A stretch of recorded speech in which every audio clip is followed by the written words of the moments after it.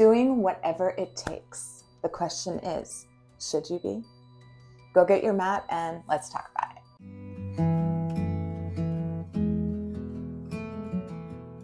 Doing whatever it takes. We've all heard that phrase. And though it sounds good, it sounds tough, right? It sounds beast mode. It's actually lacking clarity and guidelines. So doing whatever it takes looks different to different people. To some people, it looks like perseverance, right? Grit, staying on the righteous path. And to others, it means taking advantage of everything and everyone and cheating your way to the top. So we need to talk about how we get there, because the how is ultimately what we have to answer for. We all want success, but we are forgetting the most important part, which is that we are not unfeeling machines. We are human beings, and how we treat human beings matters.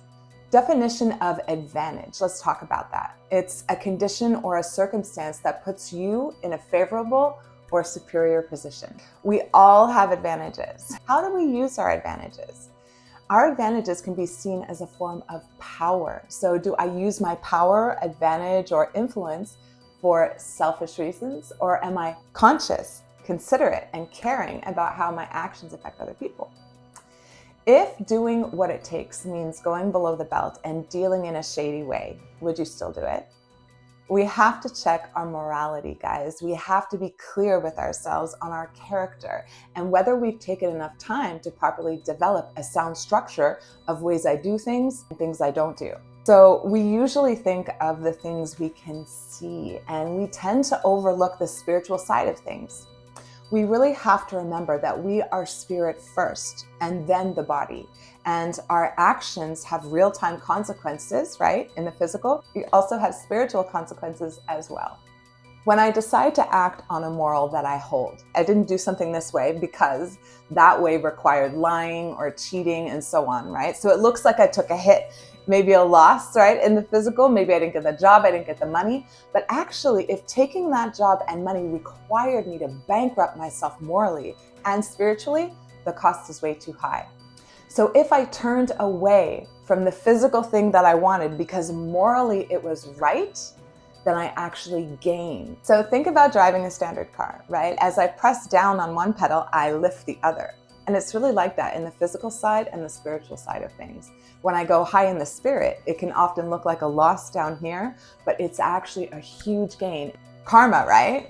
We are all tested on this earth and with many different things. And sometimes spirit will give us an opportunity and a little advantage, right? A little bit of power, and see what we do with it. So once we understand that not every opportunity is good for us, we have to then start discerning the reality of something. And we need to remember that everything costs. And because we're in an ecosystem here, right? You may not be the only one who pays. So the reflection today is, where do you place your value? Okay? Do you place value on material things that will pass away, break, and depreciate over time? Or the fruit and peace in your spirit from working on yourself, your character, your heart, right? Knowing you did the very best you could to treat other people with dignity and respect, and you actually cared about what happens to them. Now, it doesn't mean that you're not going to have financial success if you have morals, okay? The trick is, are you willing to sacrifice your morals for financial gain at the expense of others? Money you can't even take with you.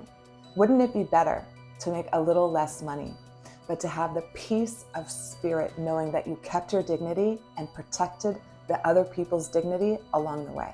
That's the reflection. Be honest with yourself.